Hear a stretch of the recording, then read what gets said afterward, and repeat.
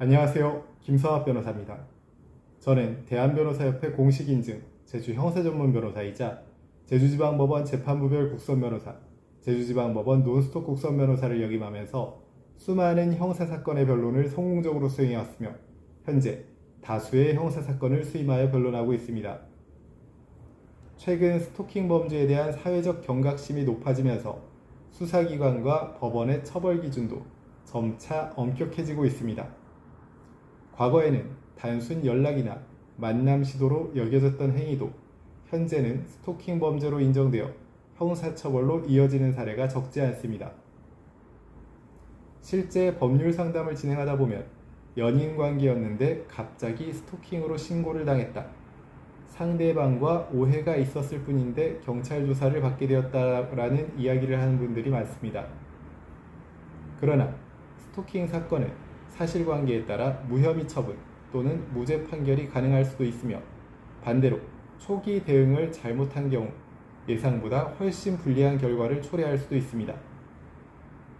오늘은 제주 스토킹 변호사의 관점에서 스토킹 혐의를 받게 되었을 때 반드시 알아야 할 핵심 방어 방안에 대해서 설명드리겠습니다.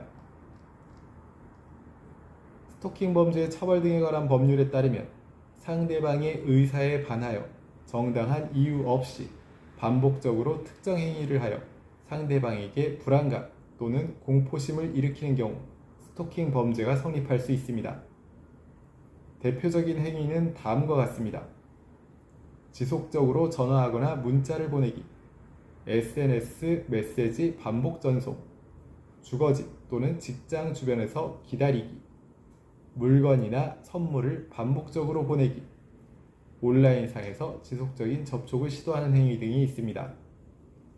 중요한 점은 행위자의 입장에서 단순한 연락이나 호의라고 생각했더라도 상대방이 불안감이나 공포심을 느끼고 반복성이 인정된다면 스토킹 혐의가 문제될 수 있다는 점입니다.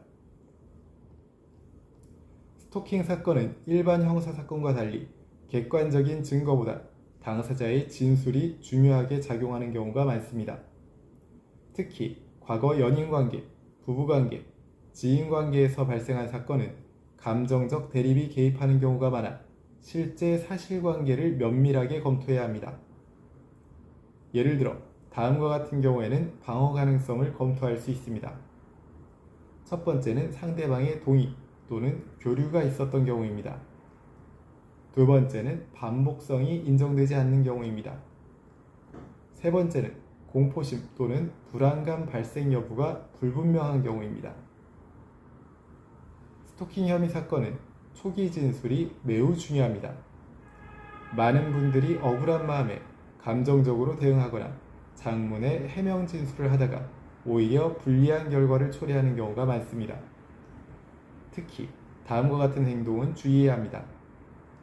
상대방에게 추가 연락을 해서는 절대로 안 됩니다.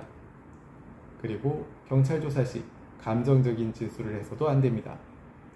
또한 메시지나 SNS 기록을 삭제하는 등 증거 삭제를 할 경우 증거 인멸로 의심받을 수 있습니다. 스토킹 사건에서는 객관적인 자료 확보가 무엇보다 중요합니다.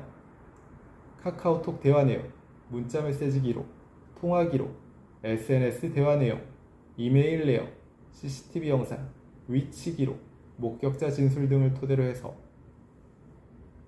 객관적인 자료를 통해 본인의 행위를 입증할 필요가 있습니다. 특히 상대방 역시 적극적으로 연락을 주고받았던 정황이 존재한다면 방어에 중요한 자료가 될 수 있습니다.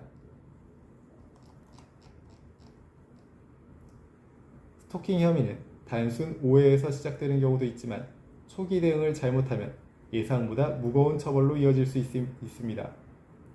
무엇보다 중요한 것은 감정적으로 대응하지 않고 객관적인 증거를 바탕으로 사실관계를 정리하는 것입니다. 현재 스토킹 혐의로 경찰 조사나 수사를 받고 계시다면 언제든지 제주 형사전문변호사 김성학 법률사무소를 찾아주시면 신속, 정확한 해법을 제시해드리겠습니다. 조금이나마 도움이 되셨으면 합니다. 감히 최고라고 자부할 순 없지만 여러분의 권리를 지키고 항상 최선의 결과로 만족을 드리는 제주 형사전문 김성학 변호사입니다. 감사합니다.